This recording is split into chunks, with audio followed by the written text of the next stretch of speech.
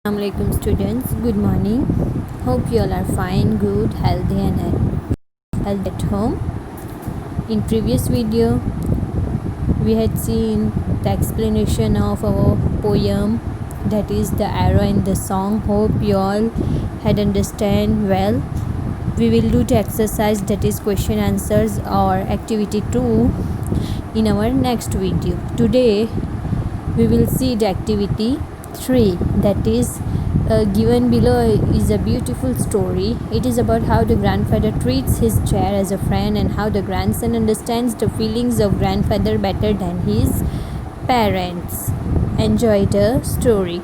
So here it is given one beautiful story about the grandfather who treats his chair as a friend, जो अपनी chair को friend की तरह treat करता है, और उसका जो ग्रैंडसन है वो उसकी फीलिंग्स को उसके पेरेंट्स से ज़्यादा वो अच्छे से समझता है. सो let's see the story, what is given in this story.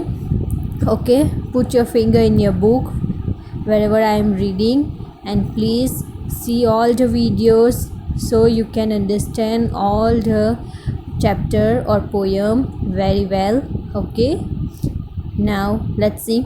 Grandpa's friend 1. Mom, I am home. John slammed the door and dropped his books on a nearby chair. Something smells good. With his nose in the air, he followed the sweet aroma into the kitchen. So John घर पे आता है, बोलता है Mom, I am home. मैं घर पे आ गया.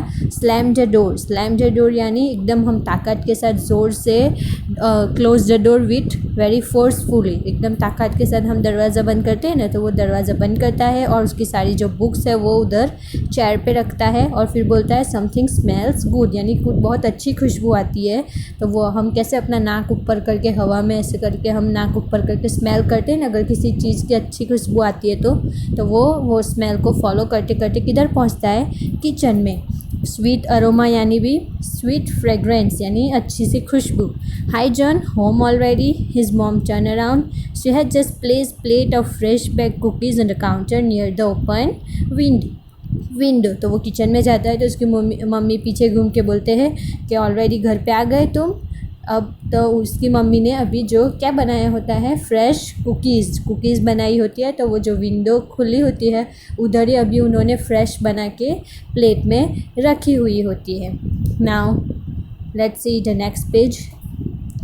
John reached for a cookie and looked outside. Here is the picture is given that his mom was cooking cookies and John was coming into the kitchen, right? In this picture here it is given.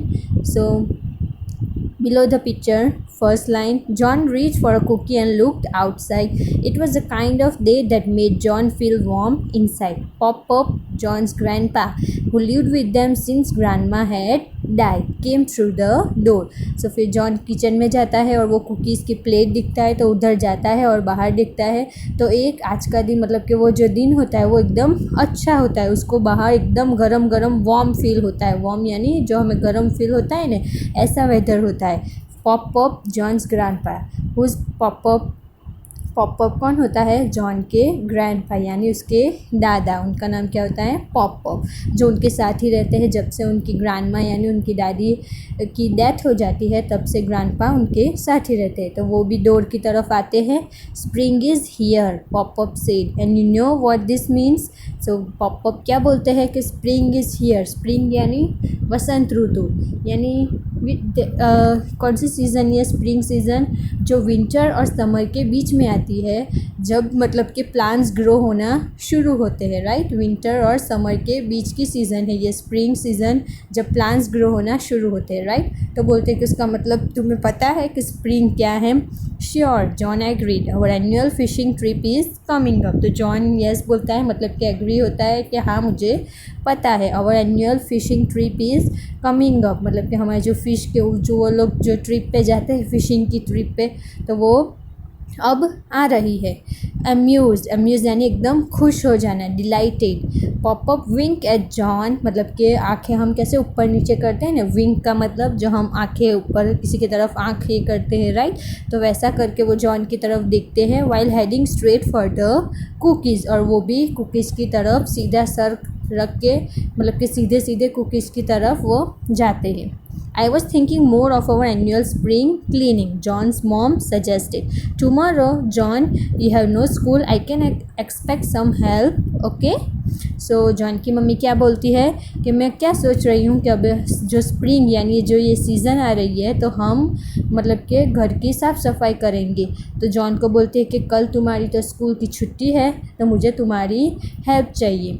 Okay okay, John agreed unwillingly, मतलब कि वो खुश नहीं होता क्योंकि सफाई करनी होती है, पर फिर भी वो बोलता है कि हाँ ठीक है, वो एग्री होता है। Now in the box one line is given, one question is given, can you guess what is going to happen next. तो अब क्या आप सोचो कि अब इसके बाद क्या होगा। So let's see our next paragraph. The next day, John and his mom cleaned the house. They cleaned upstairs, inside, outside, until everything was spotless. Tired, they sank into the couch. Pointing to Pop-Up's chair, John's mom exclaimed, "Oh, that old chair has got to go. We will buy Pop-Up a new one." So फिर वो क्या करते हैं दूसरे दिन, John और उसकी mummy पूरा घर साफ़ करते हैं, ऊपर साफ़ करते हैं, अंदर बाहर, मतलब कि वहाँ तक साफ़ करते हैं जहाँ मतलब कि सारा कचरा सारी गंदगी ख़त्म हो जाती है, वहाँ तक वो सब साफ़ करते हैं। फिर बाद में वो थक जाते हैं, और जैसे कि हम थक जाते हैं तो हम जो बेड पे या सोफ़ा पे कैसे एकदम झटक से मतलब कि ऐसे बैठ जाते हैं, जैसे हम बहुत थक जाते हैं तो एकदम जैसे कि अंदर डूब गए हो वैसे हम सो जाते हैं और बैठ जाते हैं, वैसे ही वो भी ऐसा करते हैं। और फिर वो अचानक उनकी नज़र पॉप्स की चेयर पे पड़ती है। सो जॉन की मम्मी क्या बोलती है कि ये जो चेयर है वो एकदम पुरानी हो गई है, मतलब कि अब उसका टाइम आ गया है, वो एकदम पुरानी हो गई है, हम पॉप के लिए नई चेयर लाएंगे। Now turn your page, put your finger, first line. It was true, John had to agree. The chair was unsightly, it was faded and worn and in some places even torn. तो मतलब कि ये बात John भी agree होता है, उसकी mom बोलती है कि ये चेयर एकदम पुरानी हो गई है, तो जॉन भी उसके साथ में एग्री होता है, बोलता है कि हाँ ये सही बात है कि चेयर एकदम अगली दिखती है। अनसाइटी यानी एकदम अगली, एकदम मतलब कि अच्छी नहीं दिखती है। जैसे इट वॉज फेडेड यानी जो मतलब कि किसी चीज़ का कलर उड़ जाता है तो वो कैसी दिखती है, फीका पड़ जाता है, राइट, उसको फेडेड बोलते, तो वैसी दिखती है। और कुछ कुछ जगह से वो टूट भी गई है।